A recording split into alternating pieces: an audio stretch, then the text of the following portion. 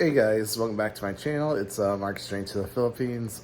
Today I'm going to go over 4 or 5 different ways on how you can start preparing yourself now on how to come to the Philippines, or more specifically, like a Philippines boot camp, if you will. If that sounds like you're interested in, stay tuned. So the first thing we're going to do to mentally prepare ourselves in our Philippines boot camp is to take a vacation somewhere hot. Ideally, you would actually come to the Philippines to see if you really want to come here or not permanently. But anywhere hot will do. Florida will be great. Hawaii will be great. Jamaica, the Bahamas, anything like that. Mexico. Like, if you don't like the heat, if you hate the heat, you probably don't want to come here on a permanent basis. Like, it should be common sense. But for a lot of people, it's not. They come here and they absolutely hate it, and they're shocked, and they're like, why did I come here? So you got to deal with the heat first. So that'll be our first training exercise, if you will. Our second training exercise is to go camping. And by camping, I mean really roughing it. Old-fashioned camping, tents, bugs, cooking your own food over a fire. Not glamping, no RVs or no luxury hotels or anything. You're going to go to a campfire, set up a tent, and survive in the woods, like survival training. You got to fish your own meals, maybe hunt if you're into that. But especially if you want to live in provinces, if you don't want to live in the big cities, you're going to have to get used to living without some necessities like air conditioning and being outside more and hiking and stuff like that. Your Filipinos going to want to travel and go do things. You got to get used to it. That's the only thing I can say. Okay, the third way to mentally prepare yourself and get ready to Philippines boot camp is to become a minimalist. This one you could argue isn't necessary, but it really is, especially if you want to travel a lot. If you just want to sit in an apartment in Manila and just chill all day until you die, I guess you don't have to, but if you want to travel and see thousands of different islands, and your girl's going to want to, you're going to want to get used to living with less. Even if you're not like an extreme minimalist, you're going to at least want to get used to the idea of getting rid of stuff and not keeping a bunch of clutter. You can't be a hoarder here. You don't want to do that. Alright, so the fourth way to be mentally prepared for the Philippines, to do like a Philippines boot camp, if you will, is to get on a strict budget and stick to it. This is actually just a good life lesson anyways, but for the Philippines, you really need it because so many things can sneak up on you. So you got $1,500 to $3,000 a month, you think you're doing great, but you have a more expensive condo, you travel a lot, you go out to eat a lot, and then accidents happen. You really gotta get used to living on a budget, especially when you get the Filipino girlfriend or wife, because she's gonna think you're an ATM machine. She's gonna think you're rich, and in her world and life, you are rich. This idea of frugal living and saving and stuff, it's gonna be unnatural to her. She might be a good saver because she's never had much, but for the most part, like, it's just something you gotta get used to, and you might have to be the one to put your foot down sometimes and say no.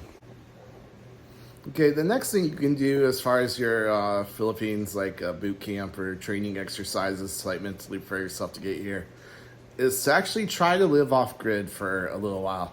It could be a week, 2 weeks, a month, whatever. This is great, especially if you want to live in the province and have that cheaper budget, the under $1,000 or the $500, like those crazy $500 monthly budgets. You're gonna have to get used to this. So off-grid living, not glamping again. You're gonna have to get used to not having a toilet necessarily. You're going in the woods or just eating off the land, hunting, fishing, not having air conditioning, maybe like all of that, farming, all that you're gonna have to learn and just get used to. Now, if you can do that, that's great. You're gonna be more than ready. You're gonna thrive here. But and this isn't for everyone. Like, if you want a nice apartment in Manila, you don't have to do that. Even a day or two just to get used to the heat and get used to like a brownout or something. It'll be a great mental exercise and really get you prepared, so that way you know what to do when you face it. Okay, a fifth way to mentally prepare yourself for the Philippines is to practice patience. You're really going to need it here. So, this idea where you can just be mad and impatient all the time, this American lifestyle and attitude, you're really going to have to drop it. Or else you're going to be miserable here. And in fact, you'll only make things worse a lot of times for yourself with that attitude. So, the change you have to get used to.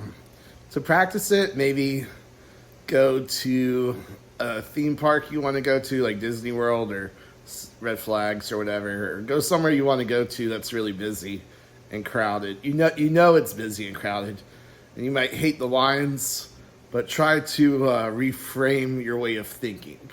So let's say you're on a long line for a ride, a roller coaster or something, and you're standing there. Instead of getting mad at the long line, maybe pull out your phone and play a game, or check your social media, or check the news, or text your Filipino girlfriend, like whatever.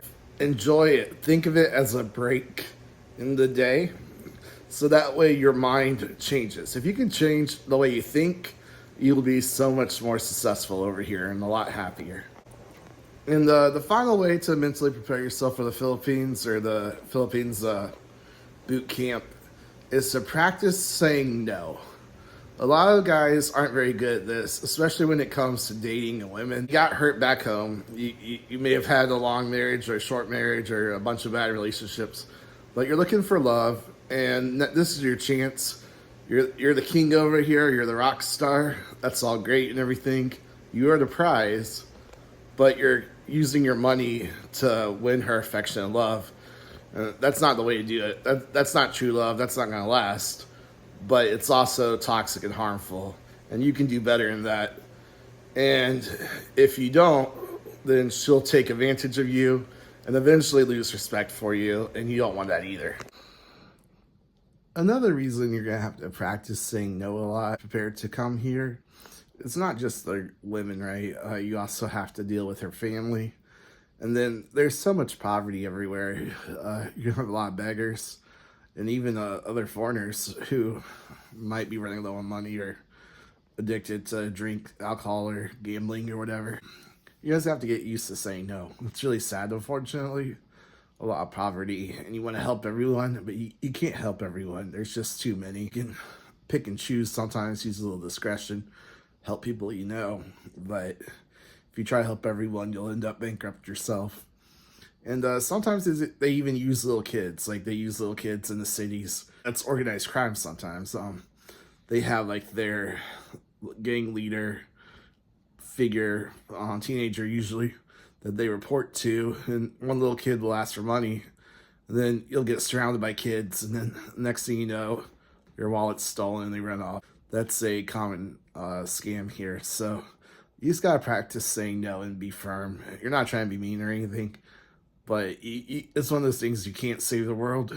You can pick and choose who you want to help, and I do hope you help someone, but it is overwhelming. And even if you were like a millionaire, you couldn't do anything about it. There's just too many people.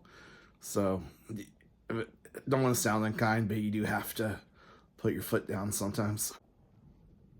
One final thing you can do to prepare yourself for the Philippines, like a Filipino boot camp, if you will, is find a place that sells international food, or maybe even a restaurant. If you're in one of the bigger cities, you might be able to find a restaurant that sells Filipino food. Practice eating it, like see if you like it or not, or if you can tolerate it or get used to it.